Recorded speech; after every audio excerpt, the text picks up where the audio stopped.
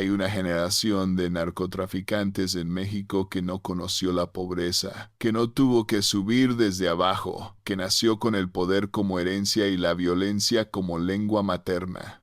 Son los hijos de los capos, los herederos de imperios construidos con sangre y cocaína, los príncipes de un reino que el mundo prefiere fingir que no existe.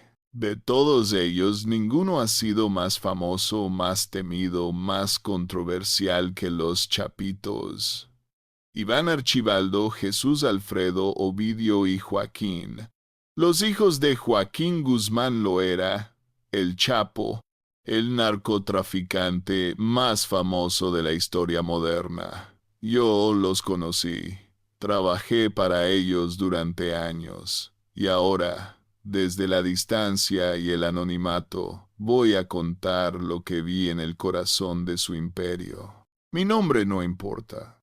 En el mundo del que vengo, los nombres son cadenas que te atan a un pasado que puede matarte.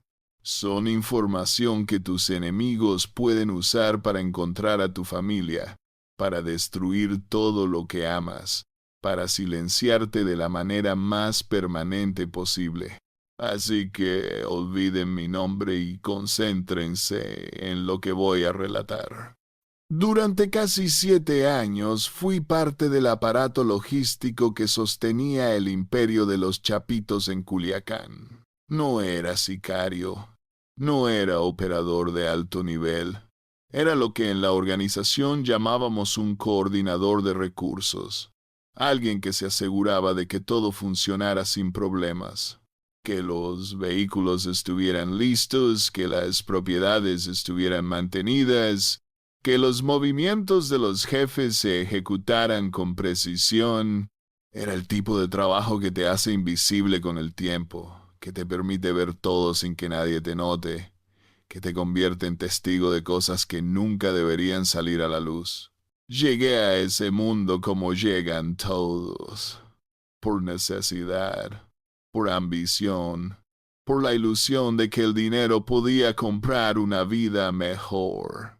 Era un muchacho de un barrio popular de Culiacán, hijo de un mecánico y una costurera, que trabajaban 12 horas al día para apenas sobrevivir.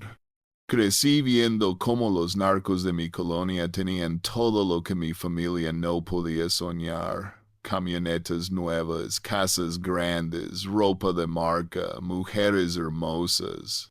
A los 18 años, cuando un conocido me ofreció trabajo en logística con un salario que triplicaba lo que ganaba mi padre, no lo pensé 2 veces.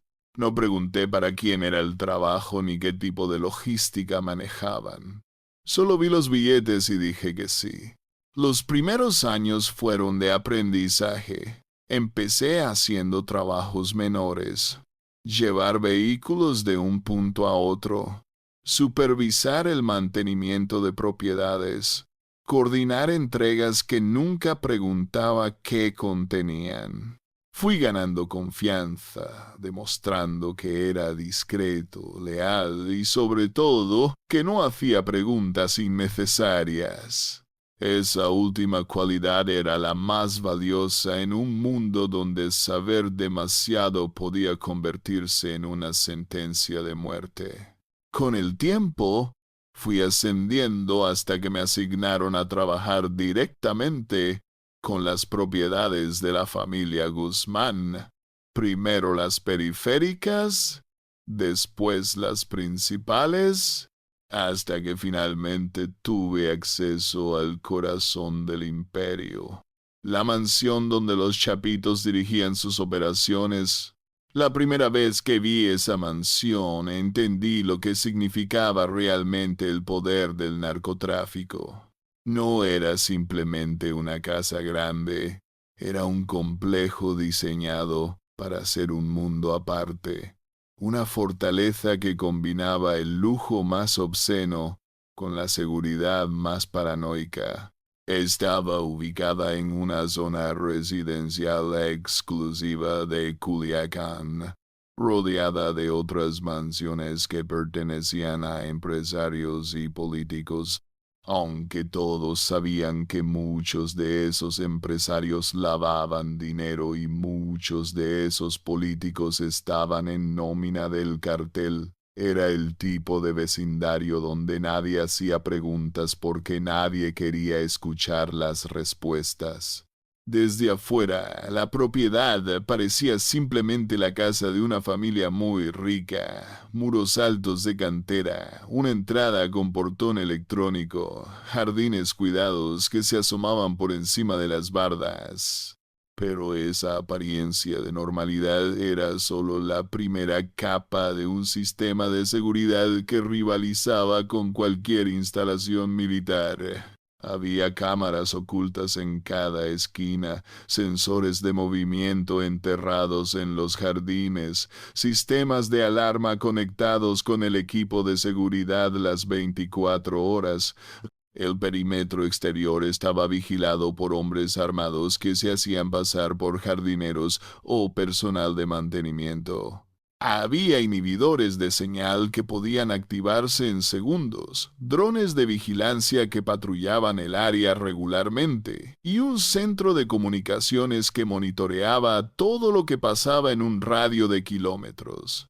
El interior de la mansión era donde el lujo alcanzaba niveles que yo no sabía que existían. La entrada principal daba a un vestíbulo de doble altura con pisos de mármol traído de Italia y una escalera doble que se curvaba hacia los pisos superiores. Había una fuente en el centro del vestíbulo, una estructura de piedra con detalles en oro que probablemente costaba más que todas las casas de mi colonia juntas. Las paredes estaban decoradas con obras de arte, algunas de artistas famosos cuyos nombres reconocí vagamente, otras que parecían encargos personalizados con temas que iban desde paisajes sinaloenses hasta escenas que celebraban la cultura del narco. La planta baja tenía salas de estar que parecían sacadas de revistas de decoración, comedores formales con mesas que sentaban a 30 personas, una cocina profesional que habría sido la envidia de cualquier restaurante de alta cocina. Había también una sala de cine privada con asientos reclinables de cuero y un sistema de sonido que hacía temblar las paredes. Un gimnasio completamente equipado. Un spa con sauna y jacuzzi. Una bodega de vinos con cientos de botellas organizadas por año y región. Era un nivel de lujo que la mayoría de la gente solo ve en películas, pero que para los chapitos era simplemente su vida cotidiana. Las habitaciones del segundo piso eran igualmente impresionantes. Cada uno de los hermanos tenía su propia ala cuando estaban en la mansión, espacios privados decorados según sus gustos personales. El ala de Iván era la más sobria, con muebles de madera oscura y una biblioteca llena de libros sobre historia y estrategia militar que probablemente nunca leía, pero que proyectaban la imagen de hombre culto que le gustaba cultivar. El espacio de Alfredo era más ostentoso, con pantallas de televisión enormes, consolas de videojuegos y una colección de trofeos de cacería que mostraba su afición por ese pasatiempo. Ovidio prefería un estilo más minimalista, funcional, con equipos de comunicación y monitores que le permitían seguir sus operaciones desde cualquier lugar. Había también habitaciones para invitados, suites completas con baño privado y vestidor, listas para recibir a los visitantes importantes que frecuentemente pasaban noches en la propiedad. Algunas de esas habitaciones tenían ocupantes regulares, abogados que trabajaban para la familia, contadores que manejaban el dinero, asesores de seguridad que coordinaban operaciones. Era como un hotel de lujo, pero donde todos los huéspedes estaban ahí por negocios que no podían discutirse en público. Los jardines exteriores eran otro mundo aparte. Había una alberca olímpica con sistema de calefacción, rodeada de tumbonas de diseñador y sombrillas que costaban más que un carro promedio. Había un área de asadores donde se preparaban carnes para las reuniones y fiestas, con capacidad para alimentar a cientos de invitados. Había establos donde se guardaban caballos de carreras, una de las pasiones de la familia, animales que valían fortunas y que eran cuidados por un equipo dedicado de veterinarios y entrenadores. Y en una esquina apartada del terreno, había un pequeño zoológico privado con animales exóticos, leones, tigres, un par de panteras negras que eran el orgullo de Iván. Era un capricho típico de los grandes narcotraficantes. Esa necesidad de poseer lo que otros no pueden tener. Pero lo más impresionante estaba oculto. Debajo de la mansión había un sótano que no aparecía en ningún plano oficial. Un complejo subterráneo que era el verdadero centro de operaciones del imperio. Ahí había un búnker blindado capaz de resistir un asalto militar, con provisiones para semanas, comunicaciones satelitales independientes y acceso a una red de túneles que conectaba con otras propiedades de la zona. Había también una sala de reuniones donde se discutían los asuntos más sensibles del cartel, protegida contra cualquier tipo de vigilancia electrónica. Y había una bóveda donde se guardaba efectivo en cantidades que desafiaban la imaginación. Millones de dólares apilados en fajos que ocupaban paredes enteras. Los Chapitos habían heredado todo esto de su padre, pero lo habían expandido y modernizado de maneras que el viejo Chapo probablemente nunca imaginó. Mientras el Chapo era un hombre de la sierra, un narcotraficante de la vieja escuela que había empezado cargando marihuana en burros, sus hijos eran productos de una generación diferente. Habían crecido con dinero. Habían sido educados en escuelas privadas. Habían viajado por el mundo y absorbido ideas sobre negocios y tecnología. Manejaban el cartel como una corporación multinacional, con organigramas, reportes de desempeño, análisis de mercado. Era narcotráfico del siglo XXI, profesionalizado y despiadado. De los 4 hermanos, Iván Archibaldo era el que proyectaba más autoridad. Era el mayor de los hijos de Emma Coronel, la tercera esposa del Chapo, y había sido preparado desde joven para liderar. Alto, bien parecido, con una presencia que imponía respeto sin necesidad de palabras. Iván era el rostro público del imperio familiar cuando era necesario tener uno. Manejaba las relaciones con otros grupos criminales, negociaba con proveedores colombianos, supervisaba las operaciones más importantes. Tenía fama de ser inteligente, pero también despiadado, capaz de tomar decisiones brutales con una frialdad que helaba la sangre. Jesús Alfredo, conocido como el Gordo Alfredo, era diferente, más corpulento que su hermano, con una personalidad que oscilaba entre la jovialidad y la violencia explosiva. Alfredo se encargaba de aspectos más operativos del negocio. Supervisaba las rutas de transporte, manejaba la logística de los cargamentos, resolvía problemas que surgían en el día a día. Era menos calculador que Iván, más impulsivo, y había tenido problemas en el pasado por tomar decisiones precipitadas que después había que limpiar, pero su lealtad a la familia era incuestionable. Y eso lo mantenía en el círculo más cercano del poder. Ovidio era quizás el más enigmático de los hermanos. Más joven que Iván y Alfredo, había desarrollado su propia área de especialización, el fentanilo. Bajo su supervisión, el cartel de Sinaloa se había convertido en el principal proveedor de esa droga letal que estaba matando a decenas de miles de estadounidenses cada año. Ovidio entendía la química, la logística, los mercados. Había construido relaciones con laboratorios clandestinos en México y con proveedores de precursores químicos en China.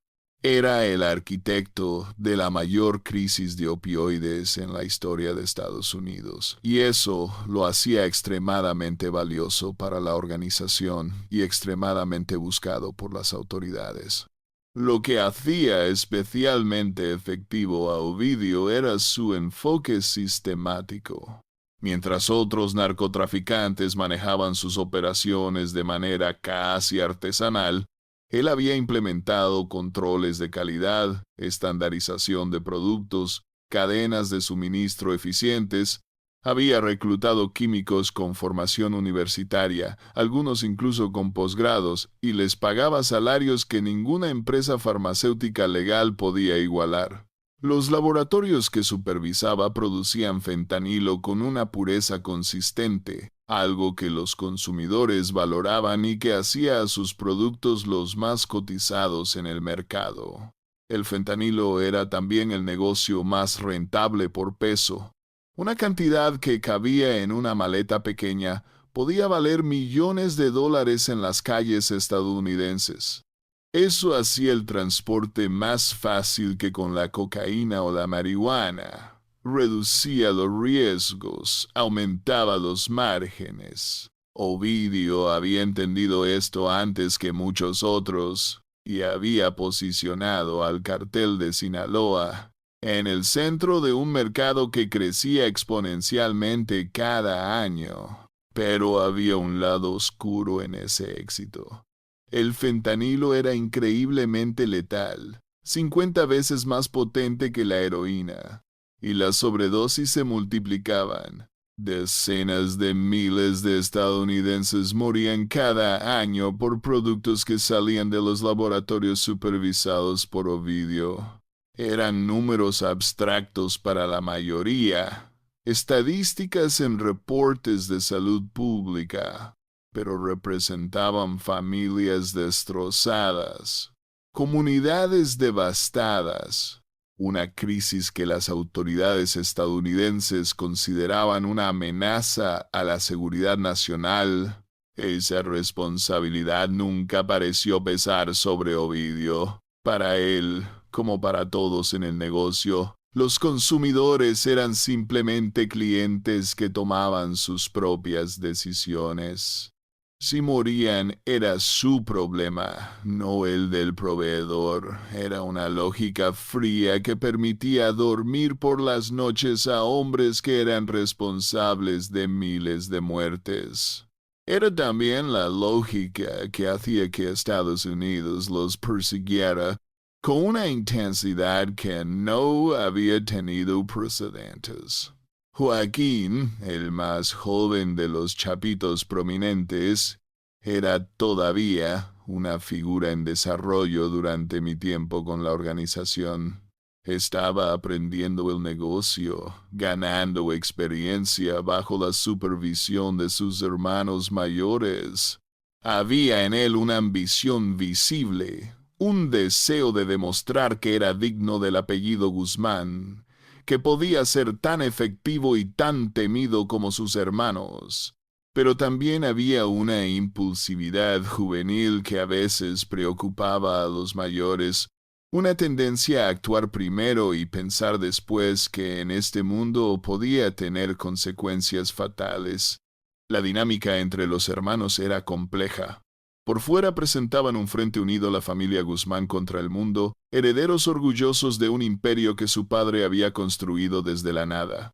Pero por dentro había tensiones, rivalidades, desacuerdos sobre cómo manejar el negocio. Iván y Alfredo a veces chocaban sobre estrategia, con Iván prefiriendo un enfoque más cauteloso y Alfredo presionando por acciones más agresivas.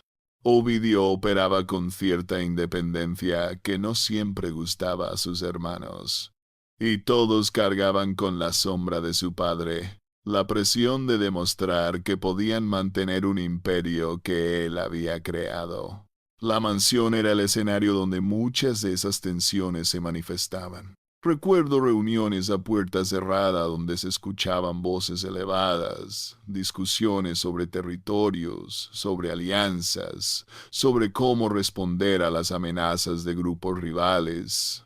Recuerdo también momentos de unidad, celebraciones familiares donde todos parecían genuinamente contentos de estar juntos, donde la brutalidad del negocio quedaba suspendida por unas horas mientras comían, bebían y disfrutaban de su riqueza.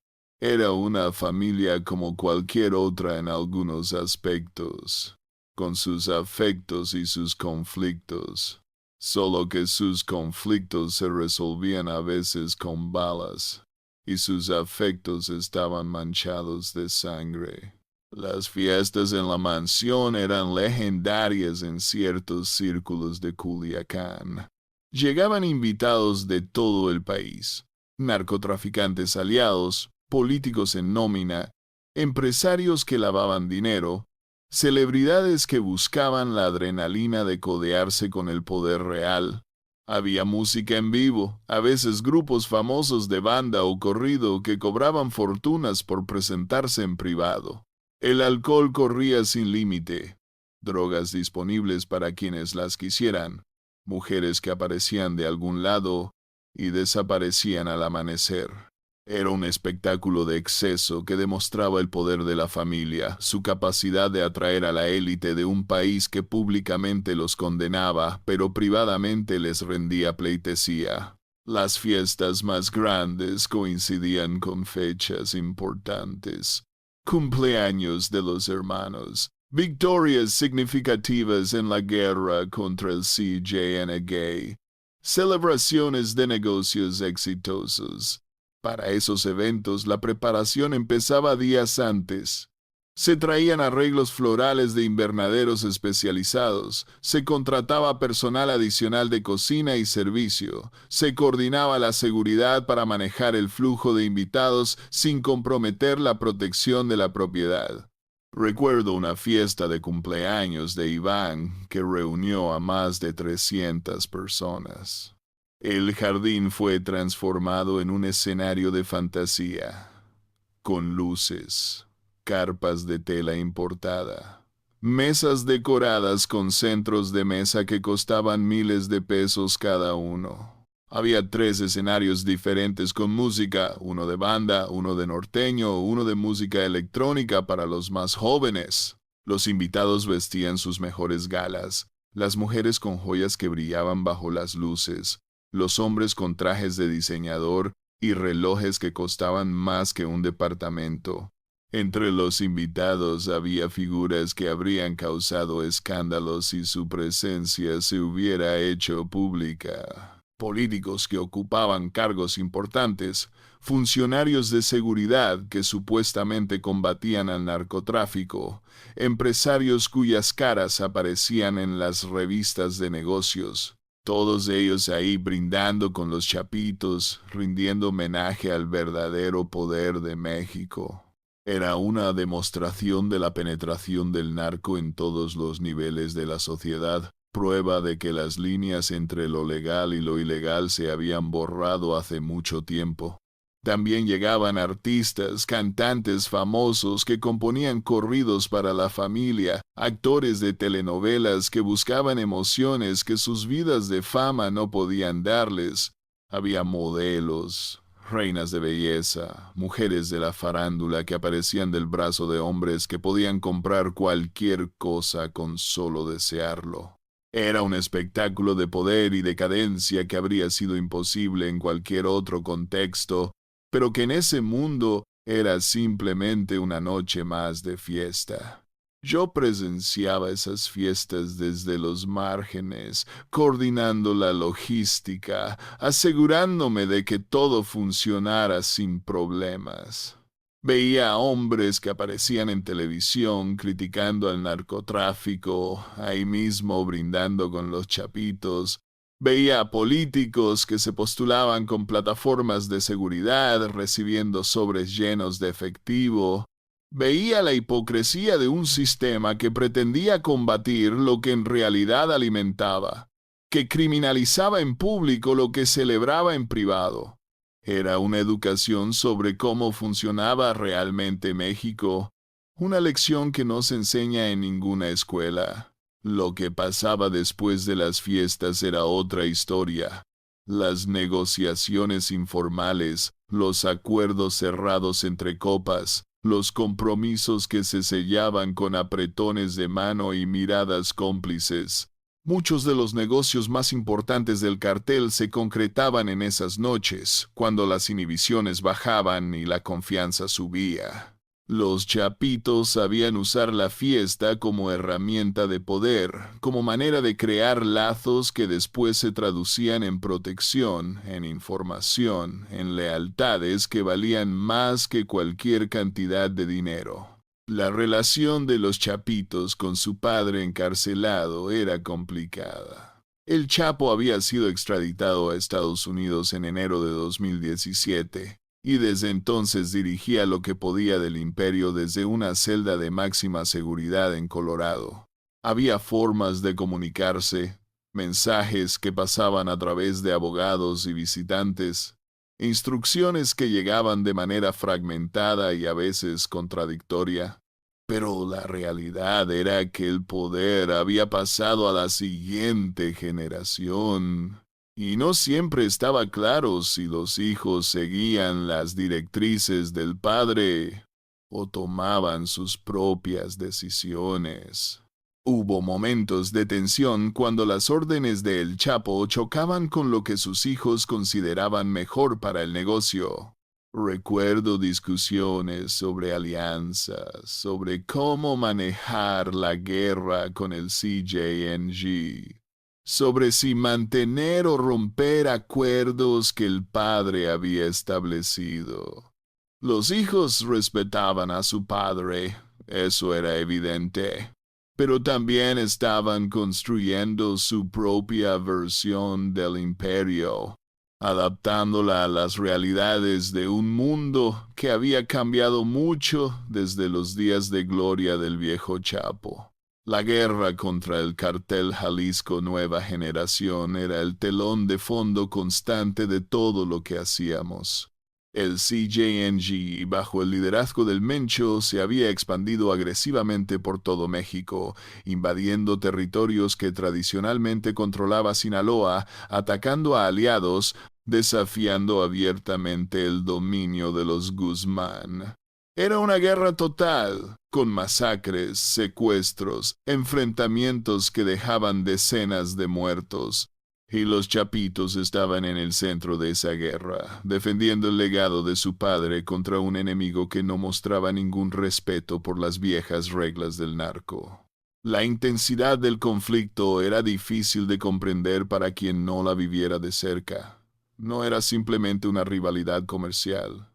Era una guerra existencial donde la derrota significaba la aniquilación. El CJNG no buscaba acuerdos ni territorios compartidos, buscaba la destrucción total del cartel de Sinaloa. Y los chapitos, con todo el orgullo de su apellido, respondían con la misma ferocidad.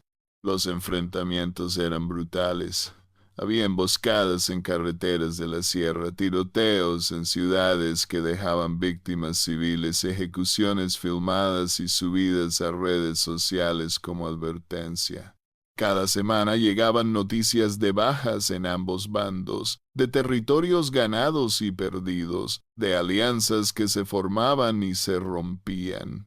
Era un tablero de ajedrez jugado con vidas humanas, donde cada movimiento tenía consecuencias que se medían en cadáveres. En la mansión se planeaban operaciones contra el CJNG, se coordinaban respuestas a sus ataques, se discutían estrategias para debilitarlos. Había mapas en las paredes del centro de operaciones subterráneo, marcando territorios, rutas, posiciones enemigas. Había reuniones con comandantes de células, discusiones sobre armamento, logística e inteligencia. Era una guerra de verdad, con todo lo que eso implica. Y la mansión era el cuartel general desde donde se dirigía. Recuerdo una noche en particular cuando llegó la noticia de una masacre. El CJNG había atacado un pueblo en Michoacán que estaba bajo protección de aliados del cartel de Sinaloa. Habían matado a 17 personas, incluyendo mujeres y niños, y habían dejado los cuerpos colgados de un puente con mensajes amenazantes. La reacción en la mansión fue de furia controlada. Iván convocó una reunión de emergencia, se discutieron opciones de represalia, se dieron órdenes que resultarían en más muerte en las semanas siguientes. Lo que me impactaba era la frialdad con que se tomaban esas decisiones. No había agonía moral, no había dudas sobre si la violencia estaba justificada. Era simplemente el costo de hacer negocios. El precio de mantener el control en un mundo donde mostrar debilidad significaba invitar a tu propia destrucción. Los chapitos habían crecido en ese ambiente. Habían sido formados desde niños para entender que la violencia era una herramienta necesaria, y la usaban con la naturalidad de quien usa cualquier otra herramienta. La guerra también había moldeado la paranoia que reinaba en la mansión. Cada visitante era revisado exhaustivamente, cada empleado era monitoreado, cada comunicación era encriptada. Había protocolos para detectar infiltrados del CJNG, procedimientos para verificar la lealtad de los asociados. El miedo a la traición era constante, alimentado por historias de células que habían sido penetradas por el enemigo, de hombres de confianza que habían resultado ser informantes. El día a día en la mansión tenía una rutina extrañamente normal dadas las circunstancias. Los hermanos se levantaban tarde, desayunaban con calma, atendían asuntos de negocio durante las mañanas. Las tardes eran para reuniones más delicadas, conversaciones con aliados, decisiones sobre asuntos que requerían consenso familiar. Las noches eran variables, a veces tranquilas, cenando en familia o viendo películas en el cine privado, a veces caóticas, cuando llegaban noticias de enfrentamientos o problemas que requerían atención inmediata. La seguridad era omnipresente, pero discreta. Había un equipo de más de 40 hombres dedicados exclusivamente a proteger la propiedad y a sus habitantes. Trabajaban en turnos, vigilando cada exceso, monitoreando cada cámara, listos para responder ante cualquier amenaza. Muchos eran exmilitares o expolicías, profesionales que habían encontrado en el narco un trabajo mejor pagado que el que el Estado ofrecía. Había también un equipo de inteligencia que monitoreaba comunicaciones, rastreaba movimientos de enemigos, anticipaba posibles ataques. Era una operación de seguridad que habría sido la envidia de cualquier jefe de Estado. Los chapitos eran conscientes de los riesgos que enfrentaban. Después del secuestro en Puerto Vallarta en 2016, cuando Iván y Alfredo fueron capturados brevemente por el CJNG, la paranoia había alcanzado nuevos niveles. Se reforzaron las medidas de seguridad, se diversificaron las propiedades, se establecieron protocolos para detectar cualquier amenaza antes de que se materializara. Nunca estaban todos los hermanos juntos en un mismo lugar. Siempre había por lo menos uno en una ubicación diferente como medida de precaución. Era la vida bajo asedio de hombres que sabían que tenían un precio sobre sus cabezas. El secuestro de Puerto Vallarta había sido un trauma que marcó profundamente a la familia. Iván y Alfredo habían sido capturados en un restaurante de moda, en plena zona turística, por un comando del CJNG que actuó con una precisión que sugería inteligencia interna. Fueron llevados a un lugar desconocido, donde pasaron días que probablemente fueron los más aterradores de sus vidas. La humillación de ser capturados por el enemigo, la incertidumbre sobre su destino, el miedo a una muerte que podía llegar en cualquier momento. La respuesta del cartel de Sinaloa fue masiva y brutal. Se movilizaron recursos de todas partes, se activaron contactos en el gobierno, se presionó de todas las maneras posibles para lograr la liberación de los herederos. Al final, hubo una negociación cuyo contenido exacto nunca se hizo público, pero que resultó en la liberación de Iván y Alfredo después de varios días de cautiverio. El costo de esa liberación, en términos de concesiones territoriales, dinero o cualquier otra moneda de intercambio, fue algo que solo los niveles más altos de ambas organizaciones conocían. Después de esa experiencia, nada volvió a ser igual. La seguridad se multiplicó, los movimientos se volvieron más impredecibles, la confianza en los círculos cercanos se erosionó. Los hermanos que habían sido capturados cargaban con cicatrices invisibles, una desconfianza hacia el mundo que antes no existía con esa intensidad. Habían visto de cerca lo que significaba caer en manos del enemigo, y estaban determinados a que no volviera a suceder.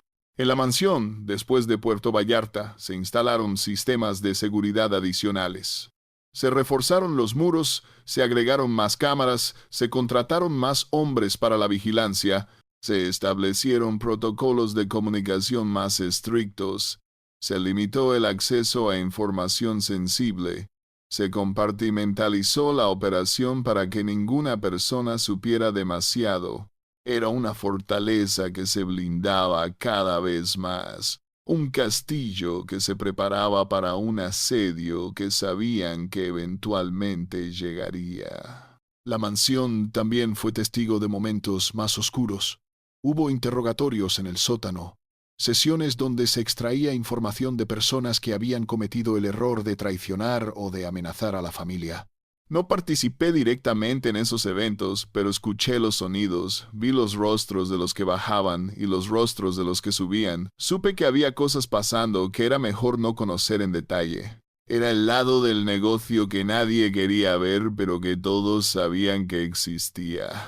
La violencia necesaria para mantener un imperio que no se sostenía solo con dinero y carisma. El cambio empezó a notarse después del Culiacanazo de 2019, cuando el gobierno intentó capturar a Ovidio y tuvo que liberarlo ante la respuesta masiva del cartel.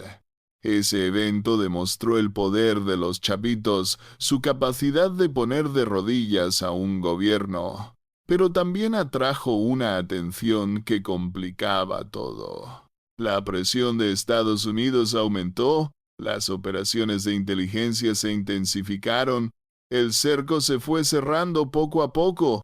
La mansión, que había sido un santuario, empezó a sentirse más como una jaula dorada. Los hermanos empezaron a moverse más, a pasar menos tiempo en la propiedad principal, a diversificar sus ubicaciones como medida de protección. Las reuniones se volvieron más esporádicas, las comunicaciones más cuidadosas, la paranoia más intensa. Había algo en el aire que sugería que los tiempos estaban cambiando, que la era de impunidad que habían conocido no iba a durar para siempre. Fue en ese contexto cuando decidí empezar a planear mi salida. Había visto demasiado, sabía demasiado, y eso me convertía en un riesgo potencial cuando las cosas se pusieran difíciles. Además, después de años en ese mundo estaba cansado. Cansado de la paranoia constante, cansado de presenciar violencia. cansado de vivir una vida que no podía contar a nadie. Quería algo diferente, aunque no supiera exactamente qué. La decisión de irme no fue repentina. Fue un proceso gradual que empezó con pequeñas dudas y fue creciendo hasta convertirse en una certeza que no podía ignorar. Empecé a notar cosas que antes pasaba por alto. Las caras de los hombres que bajaban al sótano para nunca volver. Los silencios incómodos cuando preguntaba sobre compañeros que habían desaparecido. La forma en que los jefes me miraban a veces como evaluando si yo sería el siguiente problema que tendrían que resolver. También empecé a pensar en mi familia. Mi madre seguía viva, envejeciendo en la misma casa donde había crecido, sin saber exactamente a qué me dedicaba, pero sospechando lo suficiente como para no preguntar. Mis hermanos habían formado sus propias familias, tenían hijos que yo apenas conocía. Me preguntaba qué pensarían de mí si supieran la verdad, si alguna vez tendría la oportunidad de conocer a esos sobrinos sin poner sus vidas en peligro. El proceso de salida tomó meses de preparación cuidadosa. Moví dinero poco a poco hacia cuentas que nadie conocía, transferencias pequeñas que no levantarían sospechas en un sistema diseñado para detectar exactamente ese tipo de movimientos. Conseguí documentos con una identidad nueva a través de contactos que había cultivado durante años, específicamente para este propósito. Identifiqué lugares donde podría desaparecer sin dejar rastro, ciudades lo suficientemente grandes como para perderse en ellas, lo suficientemente alejadas de Sinaloa como para estar fuera del alcance inmediato del cartel. Todo tenía que hacerse con extremo cuidado, porque cualquier sospecha habría significado mi muerte. En ese mundo no hay renuncias formales. No hay cartas de despedida. Los que se van simplemente desaparecen y nadie pregunta si encontraron una vida mejor o si están enterrados en alguna fosa. El truco era hacer que mi desaparición pareciera cualquier cosa menos lo que realmente era. Estudié los patrones de vigilancia. Identifiqué los momentos en que la atención de los jefes estaba enfocada en otros asuntos. Busqué la ventana perfecta para ejecutar mi plan. Preparé una historia sobre un familiar enfermo que necesitaba cuidados, algo que justificara un viaje y una ausencia temporal. Era una mentira que tendría que sostener solo el tiempo suficiente para alejarme antes de que empezaran a buscarme. Mi oportunidad llegó durante un periodo de reestructuración interna, cuando la atención de los jefes estaba enfocada en otros asuntos. Había una operación importante en curso, algo que requería la atención de todos los mandos superiores. Pedí un permiso por motivos familiares, algo rutinario que no levantó sospechas. Me despedí de mis compañeros como si fuera a volver en unos días, fingiendo normalidad mientras por dentro el corazón me latía tan fuerte que temía que pudieran escucharlo. Una vez fuera de Culiacán, simplemente no regresé. Cambié de vehículo varias veces, viajé por rutas que sabía que no estaban vigiladas, crucé a territorios donde el cartel tenía menos presencia. Fueron días de terror absoluto. Convencido de que en cualquier momento aparecería una camioneta llena de sicarios, de que cada cara desconocida era un halcón que me había reconocido, de que mi libertad era solo una ilusión que terminaría en cualquier momento. Dormía en hoteles de paso, pagando en efectivo, registrándome con nombres falsos. Evitaba las carreteras principales, los lugares públicos, cualquier sitio donde pudiera haber cámaras o testigos. Hubo un momento, en algún punto de mi huida, cuando estuve seguro de que me habían encontrado. Un carro me siguió durante kilómetros por una carretera secundaria, manteniendo siempre la misma distancia, acelerando cuando yo aceleraba, frenando cuando yo frenaba. Preparé mi arma, convencido de que todo había terminado, que los próximos minutos serían los últimos de mi vida. Pero el carro eventualmente tomó otro camino. Resultó ser solo paranoia, el producto de años viviendo en un estado de alerta constante. Tardé horas en calmarme después de eso, temblando al lado del camino, incapaz de continuar. Pero no me alcanzaron. Contra todo pronóstico, logré escapar. Los años que siguieron fueron de reconstrucción lenta. Tuve que aprender a vivir una vida normal, algo que suena simple, pero que es extraordinariamente difícil después de años en un mundo donde nada era normal. Tuve que aprender a confiar en la gente, a no mirar sobre mi hombro constantemente, a creer que el pasado no iba a alcanzarme. Algunos días lo lograba mejor que otros. Los primeros meses fueron los más difíciles. Me establecí en una ciudad donde no conocía a nadie, alquilando un departamento pequeño con el dinero que había logrado sacar. Buscaba trabajo en cosas que no requirieran documentos ni preguntas, empleos de día, labores manuales, cualquier cosa que me permitiera sobrevivir sin llamar la atención. Vivía con lo mínimo, ahorrando cada peso por si tenía que huir de nuevo. La paranoia tardó años en ceder.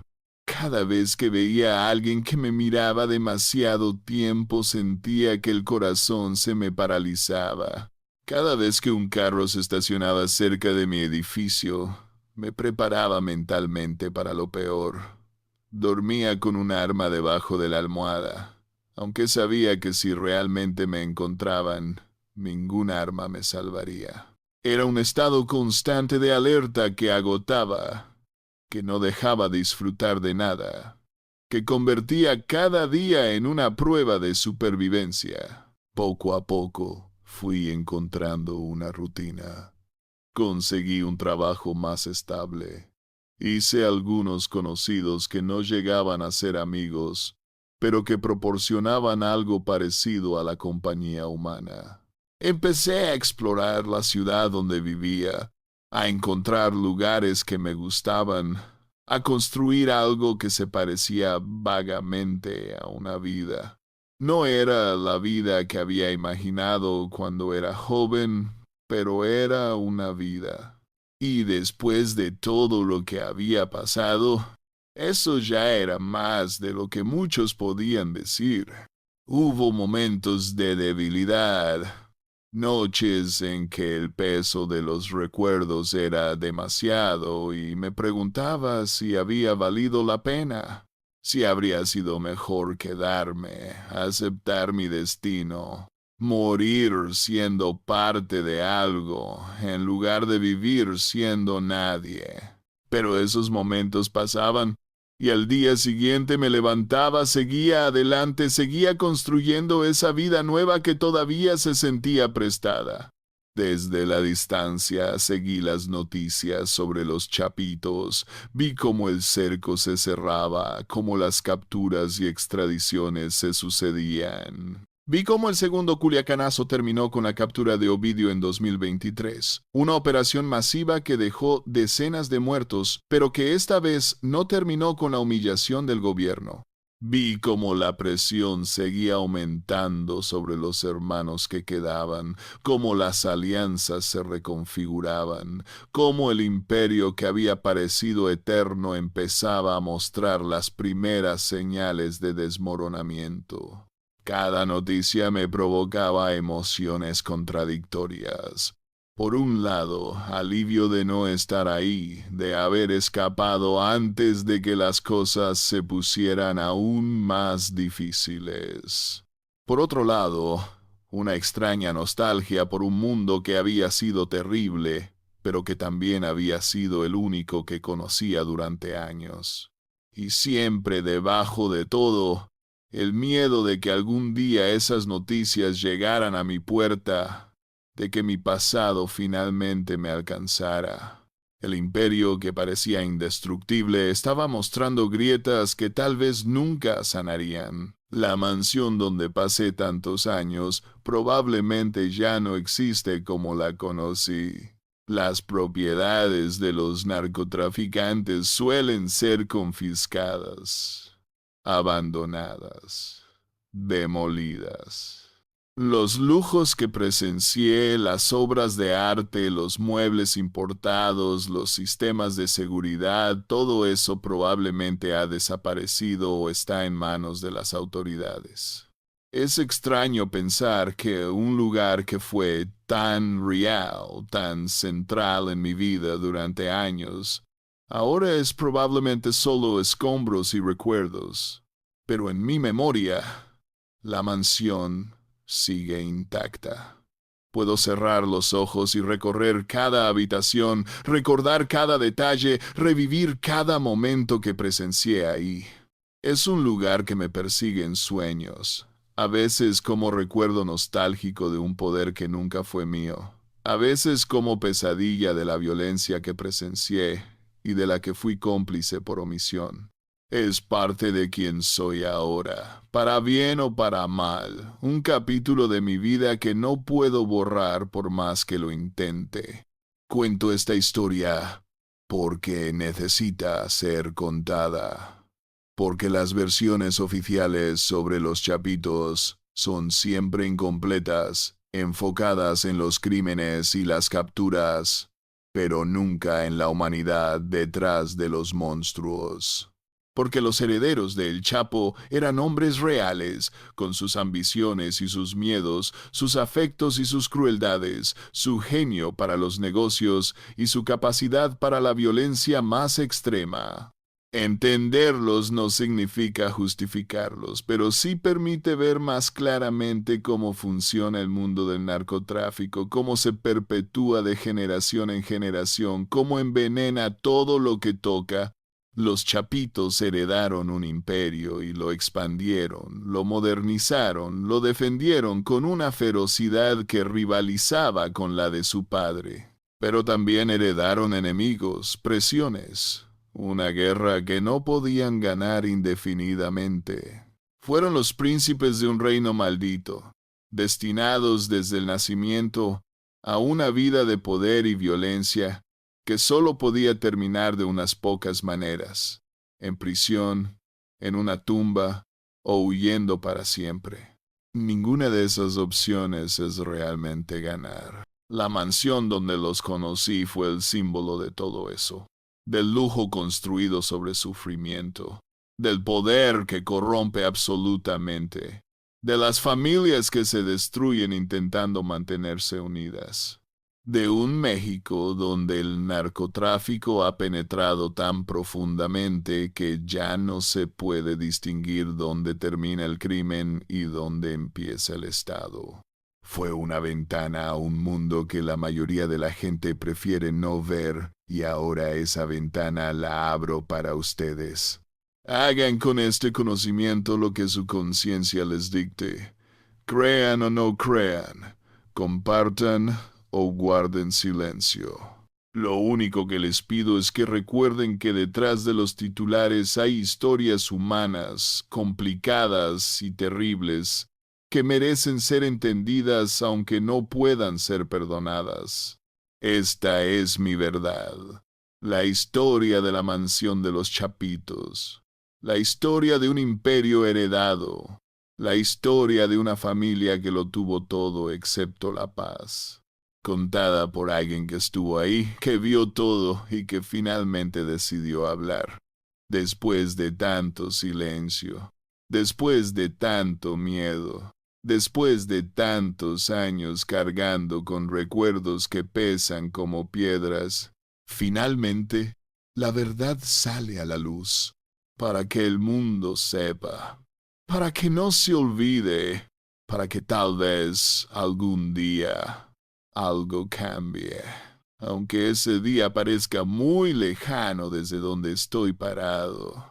Muy lejano, pero nunca imposible. Esa es la esperanza que me queda, la única que nadie puede quitarme. La esperanza de que contar la verdad sirva de algo, de que mi historia importe, de que al final, aunque sea solo un poco, las cosas sean diferentes. Eso es todo lo que tengo, y es todo lo que puedo ofrecer. Después de todo,